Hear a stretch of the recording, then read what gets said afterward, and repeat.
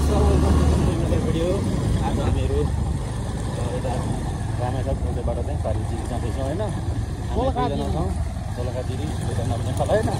अनि हामी चाहिँ यहाँ हाम्रो राइडर चाहिँ हुनुहुन्छ यहाँ रमाइलोबाट जानु लाग्यो होइन। यो पारिको चाहिँ दोलखा हो है, उताको दोलखा पारि यो चाहिँ रामेछापै हो। अनि अलि पानी पर्ला जस्तो छ, मौसम चाहिँ अब लगभग अघिसम्म चाहिँ ठिकै थियो के अरे, अब चाहिँ पानी पर्ला जस्तो छ। कि वाचिङ गाइज। सो गाइज अब चाहिँ यता सिधा गयो भनेपछि चाहिँ हामी मन्थली खुर्कोट पुग्छौँ होइन रामेछापको। अब हामी यहाँबाट चाहिँ राइटतिर लाग्यो भनेपछि हामी यहाँबाट चाहिँ दोलखाजिरी पुग्छौँ होइन।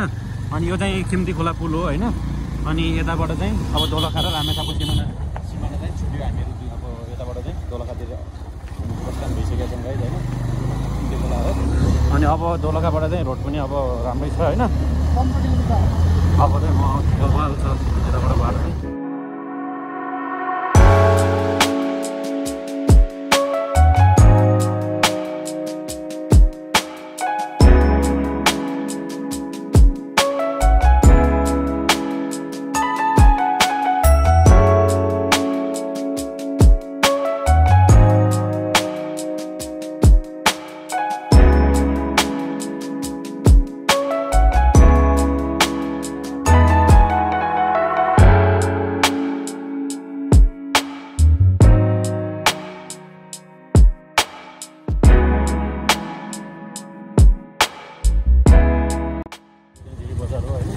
अब यहाँबाट चाहिँ जिरी भन्न लाग्यो तपाईँको। यो पुरै जिरी बजार होइन, यहाँ पनि यस्तो देख्नु सक्नुहुन्छ तपाईँ। अनि यस्तो छ यस्तो फोटो होइन, भवालै छ।